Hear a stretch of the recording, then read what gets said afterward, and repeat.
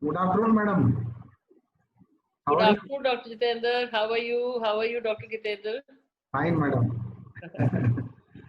See, I am fortunate to have you today on this webinar. And I would like to introduce madam to all of you. Madam is a great academician and infertility specialist practicing in Delhi as a South End Fertility and IVF Center. And who doesn't know Dr. Sonia Malik? Dr. Sonia Malik, madam, was past president of Indian Fertility Society for the year 2014 to 16. She was also Infertility Committee chairperson of FOXI in 2014 to 16. Good. She was past president in Indian Menopause Society in 2007-8. She is editor and associate editors in multiple journals. Let me enumerate a few. She is associate editor of Southeast Asia Journal of Global Health IFFS. She is member of editorial board Fertility and Sterility India. She is member of editorial board of the Journal of Reproductive Health and Medicine and Research. She is past editor-in-chief of Journal of Midlife Health. She is scientific collaborator of Reproductive Research Center, Cleveland Clinic, USA. She is member of ICMR Task Force on Genetic Tuberculosis. So the list is long, so I will make it a short, and I will like to invite Dr. Sonia Malik, madam. Welcome, madam. Thank you, Dr. Jitendra. Actually, very, very kind of you to say all that. I would like to, first of all, thank you for being you. You know, we have very few people like you who go all out to help us whenever there is a time of crisis and in a subject that we are not familiar with as gynecologists, as doctors, I would say, not only gynecologists, as doctors, because there are situations where we get caught, and then whom do we turn to? It is always you. We always call you up and say, Dr. Jitendra, can you do this? Can you tell us what we have to do in this particular thing?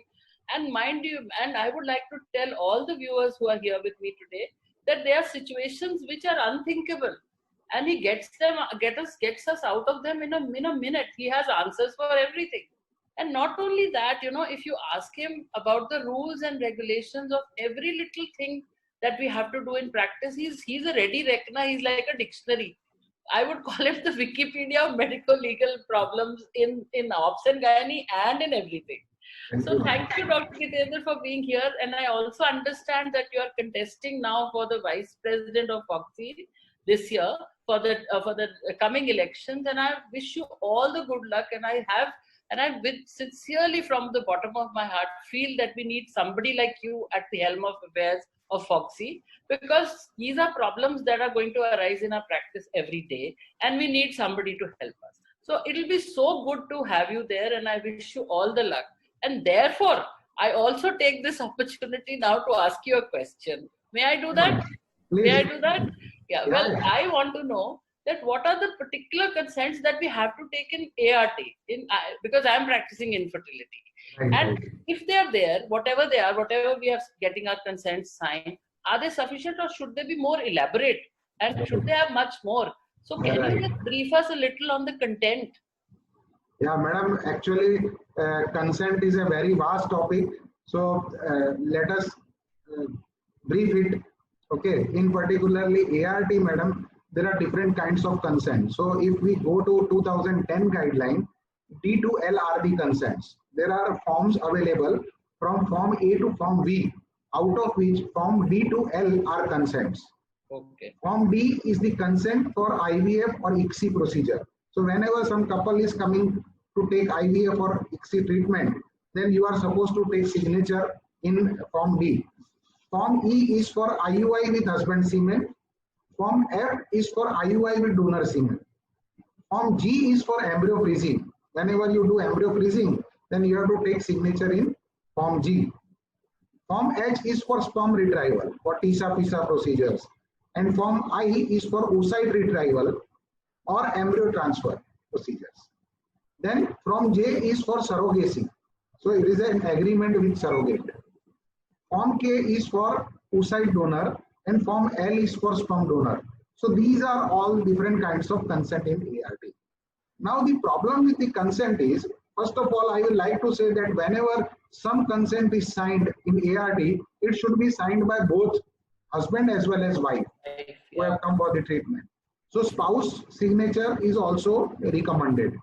And moreover, in consent which are given in ICMR guidelines or ART bills, they are not complete because they do not, I can say, match with the judgment of given by the Supreme Court. So in Supreme Court, in judgment of Samira Kohli versus Dr. Prabha Manchanda, court has said that consent should contain 6 things: the purpose of treatment, the procedure itself, details of procedure, the success or failure rates, the alternatives available, the risk of procedure, and risk of not undertaking procedure. So these are the 6 things which are to be included in consent. Now going to the ICMR consent, all consents are not complete.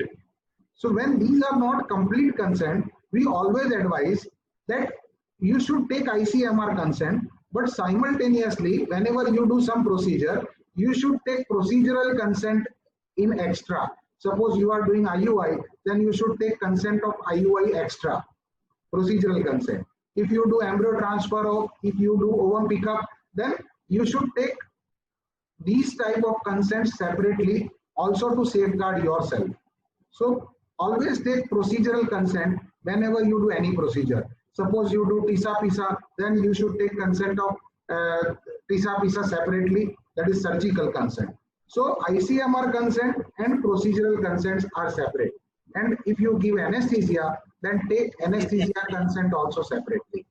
So hope I have made a little bit clear to you that. So I think yes, of course you have. But since we have paucity of time, I think we should have a full lecture only dedicated to consent in ART, because it does mean a lot to us, and I think nobody can tell us better than you. Thank you so much, madam. Whenever you will tell me, I will be there. Certainly. Thank you so much, Dr. Kitendra. Thank you so much for being here. Thank you, madam. Thank you.